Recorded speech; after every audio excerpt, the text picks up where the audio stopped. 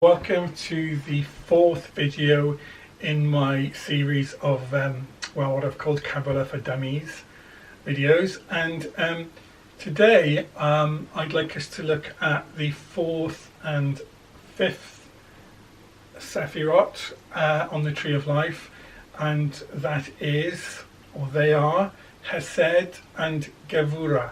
Now before we look at these individually, let's just do a very quick recap, not as lengthy as the one I did on my last video because I almost repeated what I'd already said, so I'm not going to do that today, but just to summarize what we've looked at so far. Well, we've looked at the nature of divinity and the three veils of negative existence. We've looked at the first three Sephiroth, which are known as the supernal triangle of Keter, Chokmah and Binah. So let's, for our recap, just look at the nature of what they are and how they fit into the theoretical Kabbalah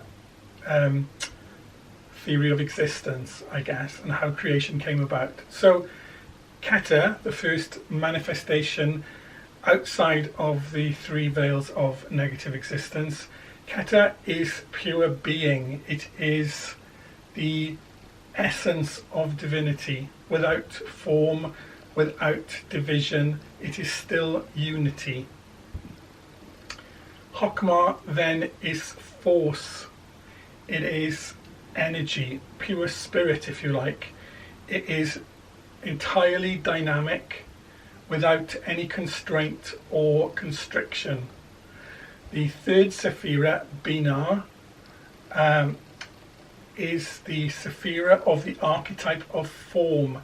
It is the concept that free-moving, free-flowing, omniscient, omnipresent spirit might actually be contained into form or forms. Okay, but in Binah there is no actual form. Binah is the idea of the concept, the first concept of free-flowing spirit being constrained and locked into form. Now, as I said, these three Sephiroth are called the supernals because they are beyond our ability to comprehend. They are the very first expressions of divinity. Okay, and between the three supernal Sephiroth and the remaining Sephiroth, there is what the mystics call the abyss, the differentiation between where we can reach up to with the concept of our intellect and our spiritual understanding, and those parts that are beyond the reach of our minds, at least our uninitiated, our unenlightened minds. Okay, so we can see then that already from the no thing of divinity we have already got the fundamental principles of creation, because we have got beingness or presence, we have got dynamic energy, and we've got the concept of form. So already we can see the building blocks of the principles of creation are in existence. Okay, so let's move on then to the fourth Sephirah, Hesed.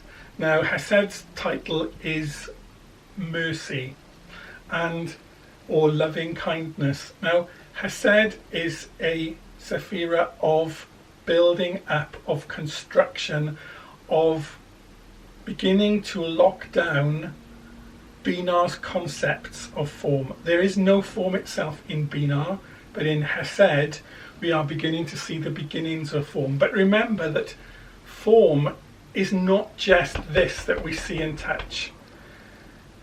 This is the densest aspect of form. We are in dense form, but there are more etheric forms, there are spiritual forms, there are elemental forms, and in Hesed this is where they start to be constructed. And as we descend the tree to the the last Sephirah, which hangs like a pendant from the bottom of the Kabbalistic Tree of Life, the material, physical world, Malkut, and this is where we live, this is where our planet Earth exists. So we are the end journey, we are the end of the outgoing arc of creation, okay? And we will come to Malkut in due course, because it's not today. We're still with Hesed. Now, Hesed is a building Sephirah, as I said. It is, it's an anabolic building up Sephirah. It begins to lock down spirit into form, but it builds and builds and builds, which is why it's called mercy and loving kindness. It constructs, it brings into being, continually bringing into being, fueled by the inexhaustible energy that flows out of Chokmah. Now, we can see that that in and of itself is not going to work, because there needs to be an analysing and a corrective and a refining action. And this is where Gevura comes in. Gevura, whose name is Severity. Gevura assesses and analyses in all truth. It looks at the fit for purposeness of what Hesed is building, and if it isn't fit for purpose, Gevura destroys it, breaks it down. Hesed builds up, Gevura analyses and breaks down and changes that which is not fit for purpose or is no longer fit for purpose. Because isn't that how evolution works? Something is brought into being and it does what it's meant to do for a time, but then it's no longer what's required. Something else is needed. Now, if that thing, if that stage of evolution was locked in that place, evolution could not happen. There needs to be an agent of change, of breaking down, of letting go, of releasing that which is no longer cutting edge, if you like, so that new things can be brought into being and allowing the evolutionary journey to move forward. So this is why Gevura is considered to be severe, because it is a destroyer of things that are no longer needed, no longer fit for purpose. And what we'll see as we look at all of the Sephirah individually on the Tree of Life is they have their opposite and their balance. The Sephirah of Chokmah force has its balance in form. Hesed, the building up, has its balance in Gevura, the breaking down. So everything is polarity, everything is balance, and that is the nature of evolution, of rhythms and cycles, balances and counterbalances. So I hope you're beginning to see that there is logic to this theory. It isn't just something that's just been plucked from a storybook, which people, believe blindly.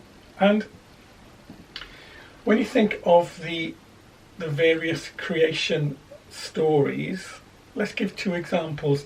There is perhaps the fundamentalist Christian belief, which is that God brought creation into being over 6 days. And some people do actually believe that it was 6 days. And God said, let there be, and like Harry Potter, there it was. Okay? So you've got, that's the one end of the scale. And then on the other end of the scale, you have people who believe that there is no sort of creation plan. It's all a series of random incidences that happened, and it just so happens that it's produced life.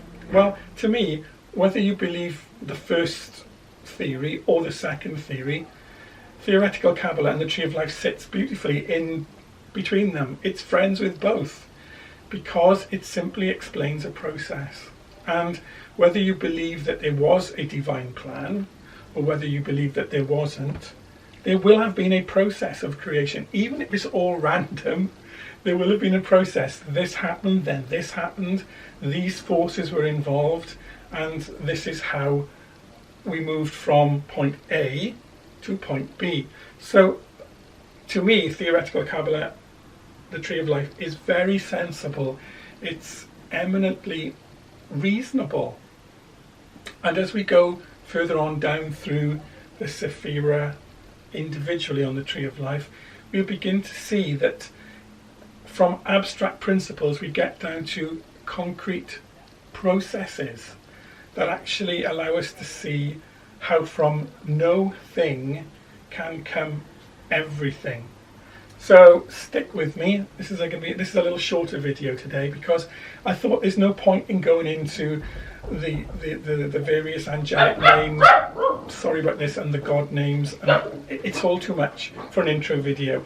So this is going to be kept quite simple. Thank you for listening. Thank you for joining me, and I'll see you again very soon. Bye for now.